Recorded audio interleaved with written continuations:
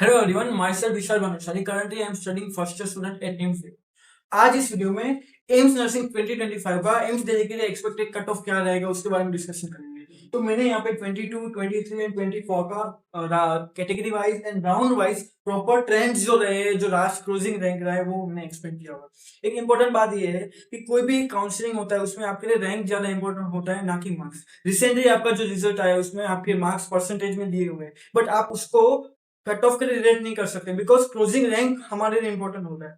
तो मैं आपको बात करूं तो 2025 का जो रैंक है वो इसका ही एनालिसिस करके डिसाइड किए हुए, ठीक है। तो सबसे पहले मैं आपको ओवरव्यू देना चाहता हूँ कि काउंसलिंग कैसे होता है। जस्ट रिसेंटली आपका रिजल्ट आया, अब नोटिफिकेशन भी आएगा काउंसलिंग का, तो आपको डॉक्यूमेंट प्रोसेस करना होगा, डॉक्यूमेंट अपडेट हो गया होगा वैसे आपका category certificate. Kind of first round होता है, सेकंड राउंड होता है।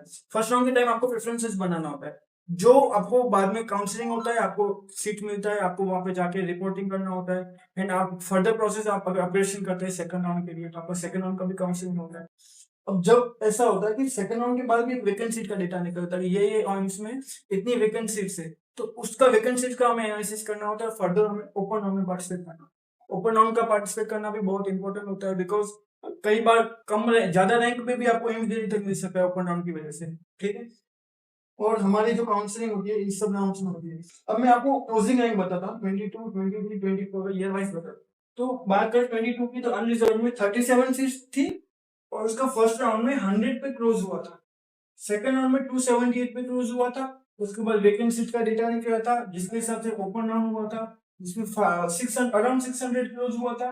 फिर ओबीसी का 25 सीट से उसमें फर्स्ट राउंड में 280 पे क्लोज हुआ था, सेकंड राउंड में 492 पे क्लोज हुआ था, थर्ड राउंड में 800 पे क्लोज हुआ था। ईडब्ल्यूएस में 10 सीट्स है जिसमें फर्स्ट राउंड में 450 पे क्लोज हुआ था, सेकंड राउंड में 870 पे क्लोज हुआ था और थर्ड राउंड के लिए कोई सीट्स ही नहीं था बिकॉज इतने तक ही फिल हो गया था सभी सीट्स।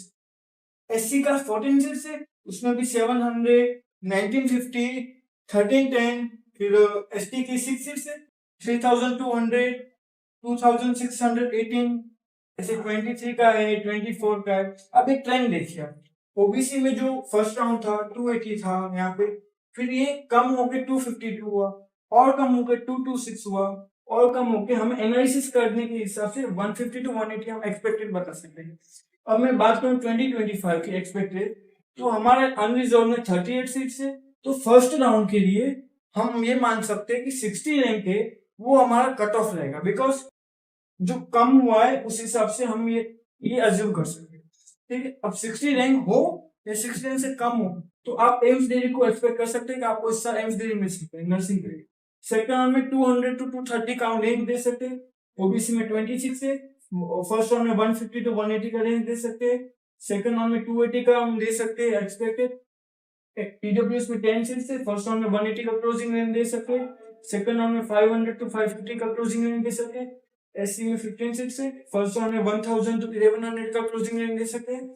एसटी में 7 सीट्स है, फर्स्ट राउंड में 2800 टू 3000 का एक्सपेक्टेड क्लोजिंग रेंज दे सकते हैं। और कुछ फैक्टर्स भी है जो हमारे कट ऑफ पे इफेक्ट डालते हैं, मिक्स्ड कैटेगरी, नीड, सीट रीविंग और डॉक्यूमेंट प्रॉब्लम।